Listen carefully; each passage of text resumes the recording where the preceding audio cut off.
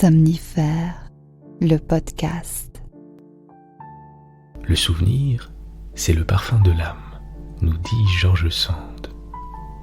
Bonsoir à toutes et à tous, nous sommes le lundi 27 février et Somnifère vous emmène ce soir en banlieue parisienne au bord du canal de l'Ourcq avec l'histoire de Jules, un quinquagénaire qui décide d'explorer le quartier de son enfance. Si la maison dans laquelle il a grandi a beaucoup changé et que le RER a remplacé le petit train d'autrefois, ses souvenirs, eux, restent intacts et lui laissent un parfum délicieux. C'est un récit de Pégaud intitulé « Le plateau ». Je vous souhaite une excellente nuit et maintenant place à notre séance de relaxation. La séance de relaxation. On va refermer ce dernier lundi de février avec un petit voyage auditif pour s'endormir au bruit des vagues. Je vous laisse vous installer confortablement, adopter une position confortable et quand vous le souhaitez, fermez les yeux.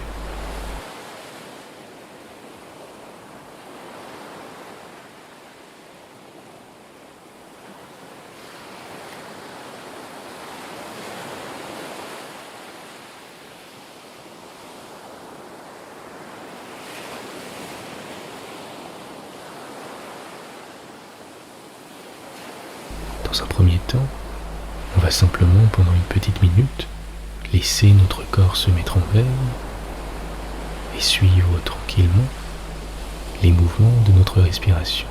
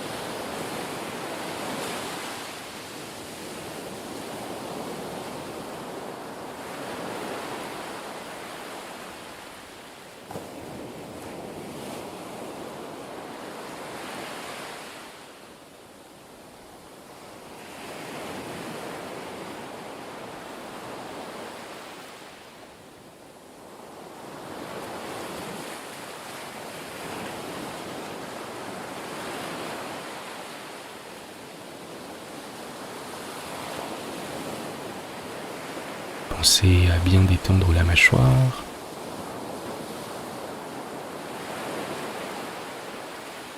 à desserrer les poings, à relâcher vos épaules.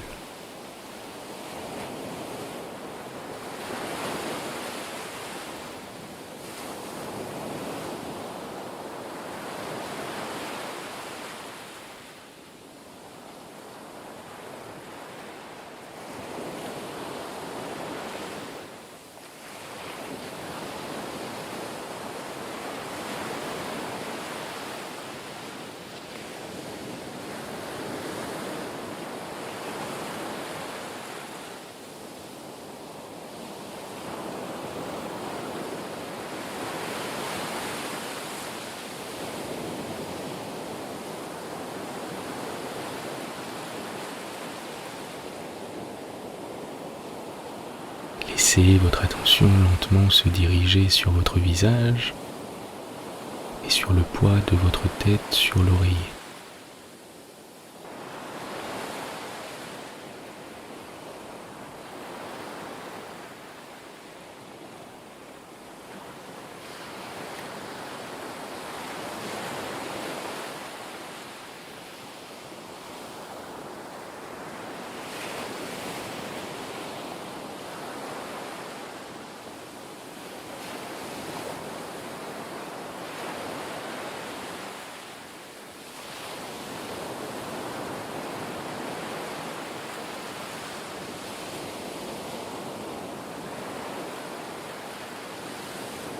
Laissez passer les pensées sans résistance, comme si vous n'y accordiez que peu d'importance. Et recentrez votre attention sur le moment présent, sur les appuis de votre corps avec le matelas,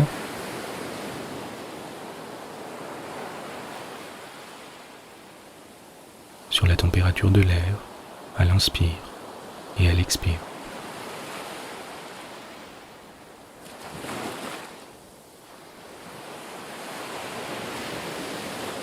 Sur la détente qui s'installe progressivement.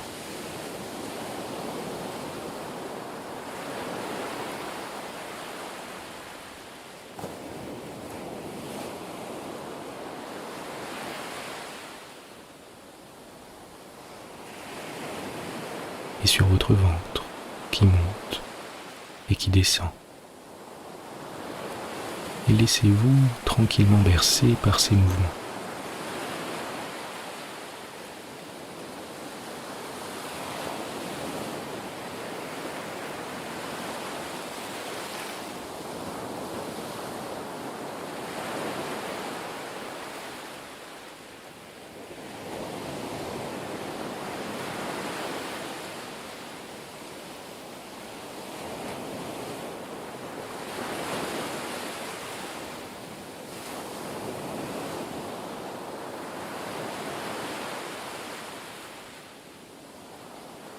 Portez votre attention sur vos deux pieds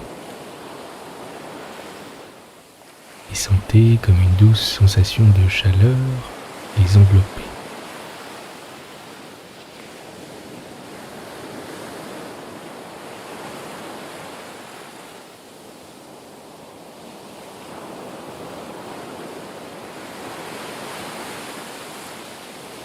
Laissez cette sensation remonter lentement vers vos chevilles.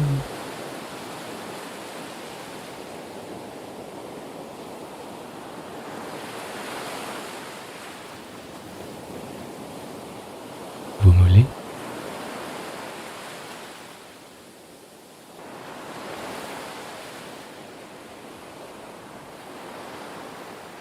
vos genoux,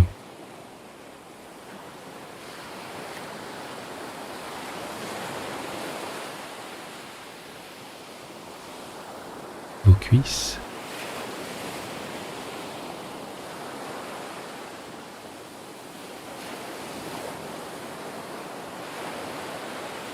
vos hanches,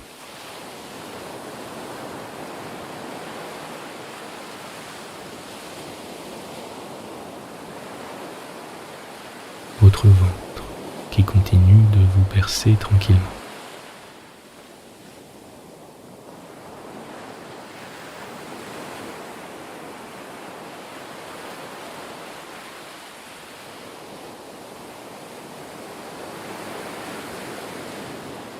Votre poitrine et votre dos.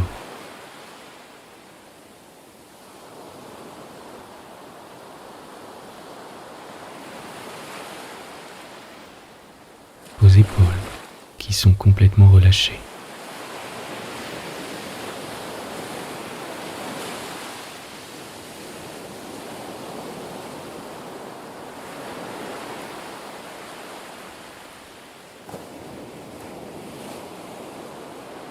Laissez cette sensation de détente s'installer un peu plus à chaque expire.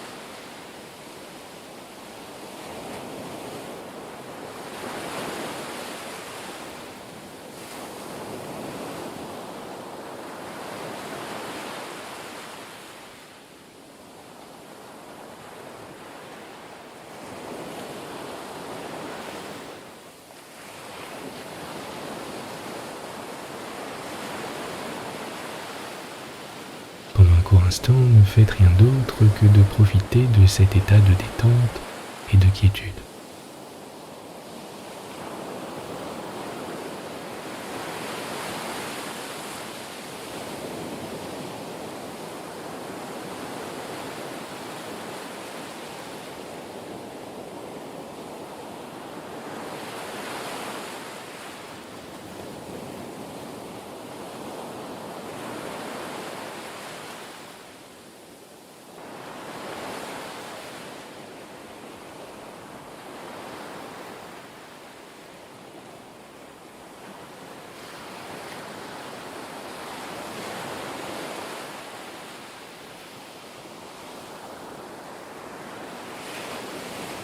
concentrez-vous simplement sur votre ventre, qui continue de vous bercer tranquillement, et sur les mouvements de votre respiration, à l'inspire et à l'expire.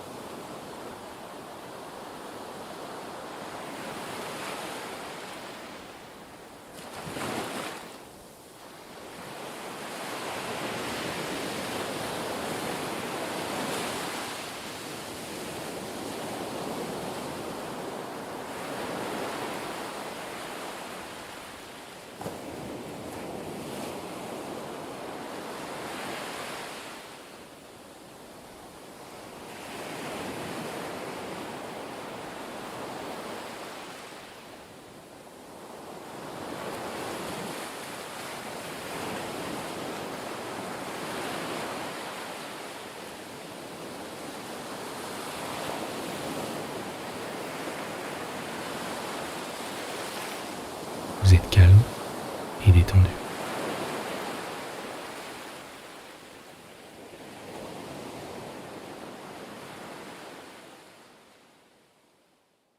L'histoire du soir. Je m'appelle Jules et j'ai eu 50 ans hier. Après une petite heure de route, je me suis garé au même endroit que la voiture de mon père il y a 40 ans. Le souvenir était précis. La maison familiale est encore là, toujours debout. L'école toute proche a pris un sérieux coup de vieux. J'ai coupé le moteur, fermé les yeux et écouté. Les voitures passent dans la rue assez fréquentée juste derrière, et le RER qui a remplacé le train de ma jeunesse circule devant moi. Les souvenirs se bousculent alors.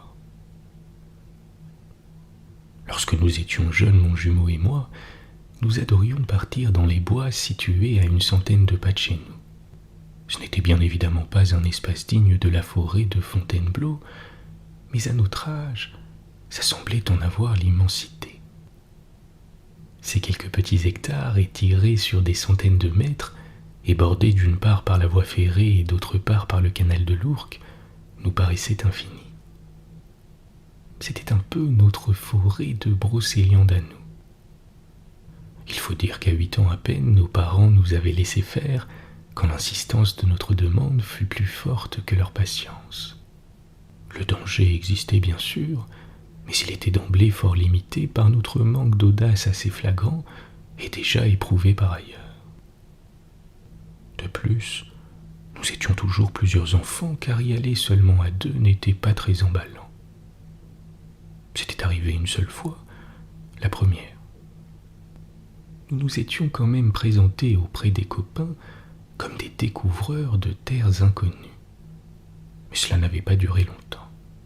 Au contraire, quand nous nous y sommes retrouvés à plusieurs, ce fut l'éclate.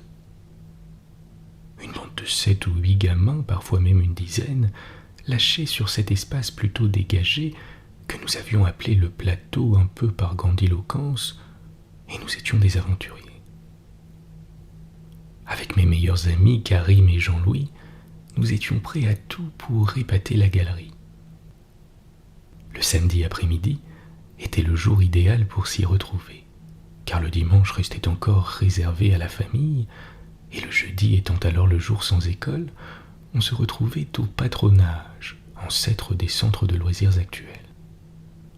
En général, on se calait sur l'horaire la veille durant la récréation de l'après-midi, après avoir mis au courant nos parents durant la pause méridienne. Pour nous, c'était simple. On en parle le vendredi matin, on prévient les adultes à midi, et on fixe tout ça l'après-midi. Il fallait bien entendu que rien ne nous ait été reproché par le maître ou la maîtresse durant la semaine, sinon c'était plié. On passait tout le week-end entre quatre murs.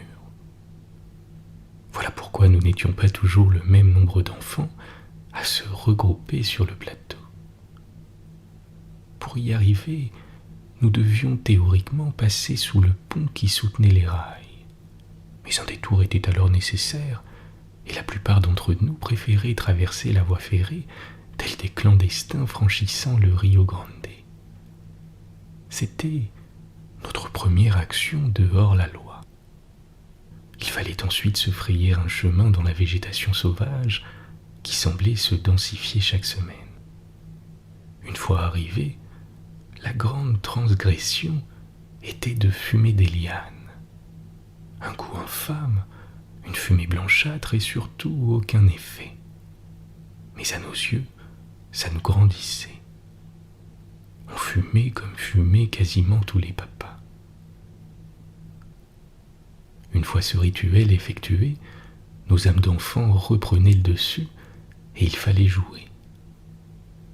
Étant tous du même âge ou presque, nos références étaient semblables.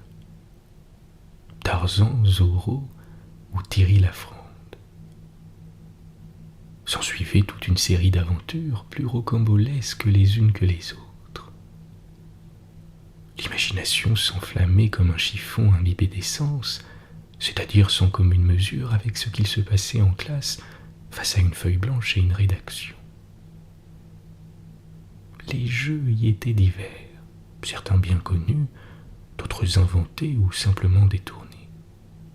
Quand nous étions en nombre restreint avec toujours les mêmes quatre inséparables, notre activité devenue notre secret était de se fabriquer des lances. Il nous fallait d'abord effectuer tout un travail de recherche, des branches assez longues mais pas trop, relativement fines mais solides et faciles à couper. Les opinels numéro 8 à virole étaient notre seul outil. Il faut dire que c'était la référence en matière de couteaux discrètement dissimulables. Nos parents feignaient de nous croire quand nous expliquions tant bien que mal comment nous avions taillé nos lances. Nous y mettions toute notre ardeur et tout notre cœur. Avec toutefois une prudence extrême, nous arrivions à façonner une pointe supposée se planter dans le sol à chaque lancer. Quand chacun avait réussi à se confectionner une série de 4 ou 5 lances, marquées bien évidemment de son logo personnalisé, le concours était lancé. 3 petites règles simples. Comme au javelot, on ne doit pas dépasser la limite avant de lancer. La lance doit se planter et le rester jusqu'à l'arrivée des arbitres qui matérialisent l'endroit. Celui qui est allé le plus loin a gagné. La seule récompense étant de pouvoir se vanter durant une semaine de sa victoire auprès des autres élèves de l'école, forcément admiratifs voire jaloux. Nous y avons passé des heures et des heures sans jamais s'ennuyer. Nous étions tous les 4 en quelque sorte les copropriétaires virtuels du lieu. Ceux qui voulaient nous rejoindre devaient obtenir notre autorisation, qui était d'ailleurs toujours accordée. Cependant, nous n'avions pas pu garder longtemps l'exclusivité de cet endroit du fait de notre langue trop pendue. Trop fiers de connaître un lieu inconnu des autres, nous n'avions pas pu nous empêcher de nous en vanter. Ce fut à la fois une forme de déception et de fierté quand les animateurs, appelés alors moniteurs, y avaient emmené tout le centre pour une grande balade et un goûter. Tout se passa tellement bien que nous y étions ensuite retournés plusieurs fois. Parfaitement adapté au jeu de dissimulation, le plateau était devenu au fil des semaines le point central des activités de plein air du patronage. Heureusement, il nous restait le samedi pour nous le réapproprier. Cela dura 3 ou 4 ans, qui furent absolument merveilleux. Les années passant, nos centres d'intérêt évoluèrent et s'individualisèrent. Le sport pour les uns, la musique pour d'autres. Certains déménagèrent et furent littéralement perdus de vue, à tel point que j'en ai oublié leur prénom, même si j'ai encore une vague idée de leur visage. Un coup de klaxon virulent me sortit de mes pensées et réveilla le chien endormi depuis mon arrêt. Je bloquai la sortie d'un véhicule utilitaire dont le conducteur semblait incrédule de voir un idiot rester dans sa voiture sans s'apercevoir qu'il gênait. Après une esquisse de gestes d'excuse, je remis la voiture en route et m'avançai de quelques mètres afin de libérer le passage. J'aperçus l'homme au volant qui semblait grommeler en franchissant son portail. Olaf aboya à son passage près de nous.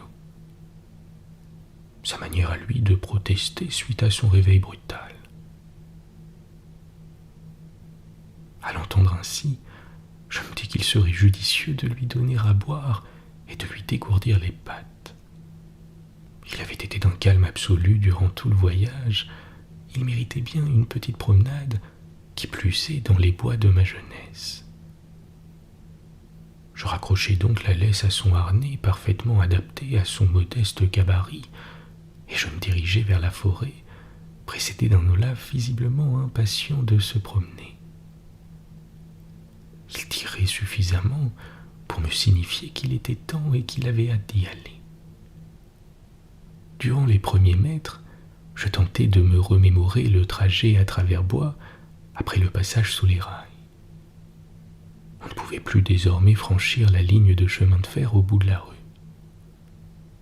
Son accès était impossible, sauf à escalader un portail imposant. Ce n'était plus de mon âge, même si la tentation vite réprouvée était là. Nous avons donc pris le chemin autorisé, comme le font les adultes assagis. Le petit tunnel emprunté est toujours aussi résonnant quand on le franchit. Après avoir vérifié que j'étais bien le seul humain dans les environs, j'ai crié de la même manière qu'on le faisait étant gamin. L'écho est bien présent, comme dans mes souvenirs. J'en rigole tout seul. Sitôt sorti de ce mini-passage, alors que nous sommes sur une voie bien matérialisée par du macadam, je me lance avec Olaf sur ma gauche dans un petit sentier à travers bois. Celui-là, je m'en souviens bien, pour l'avoir emprunté des centaines de fois. Comme le font les skieurs professionnels en haut de la piste, je visualise mentalement tout le trajet pour arriver à cet endroit mythique pour moi, le plateau. Je décide alors de lâcher le chien, qui n'en peut plus de m'attendre quand je rêvasse. Ils partent en courant à toute allure, sans dévier du chemin forestier bien dessiné par les nombreux passages qui ont dû continuer d'avoir lieu. Libéré de la contrainte de sa laisse, mon esprit vagabonde de plus belle. Je me réjouis à la pensée que d'autres enfants ont sans doute eux aussi conquis ce territoire au fil des années. La réalité me rappelle à elle quand j'aperçois que le plateau, mon plateau, n'existe plus. La végétation a repris ses droits et cet ancien espace de jeu est désormais un fouillis d'herbes sauvages, d'arbres plus ou moins anciens et de ronces entremêlées. Malheureusement, il y a également des déchets qui sont tout sauf naturels. Un vieux canapé éventré, des chaises cassées, des emballages déchirés. C'est assez désolant. Olaf ne s'en préoccupe pas, lui. Il va et vient en reniflant partout. Le nombre quasi infini d'odeurs qu'il doit repérer et peut-être identifier le ravit. Il fait des allers-retours incessants, comme pour me signifier sa reconnaissance de l'avoir amené dans ce paradis canin. Il me redonne le sourire, et nous refaisons le chemin en sens inverse, car toutes les bonnes choses ont une fin. Je me dis que cette lointaine période d'insouciance était belle. Sans m'en rendre compte, nous sommes déjà arrivés sur la voie goudronnée qui mène à un autre quartier de la ville. Les minutes ont défilé et la nuit commence légèrement à s'annoncer. Un léger brouillard nous enveloppe et nous caresse la peau. Il est temps de regagner la voiture. Olaf, de nouveau en laisse sur le trottoir qu'il a du mal à ne pas quitter, ne tire plus. J'ai le sentiment qu'il a compris que sa belle escapade était terminée. En effet, il remonte sans précipitation ni recul dans la voiture, reprend sa place et semble s'endormir presque instantanément.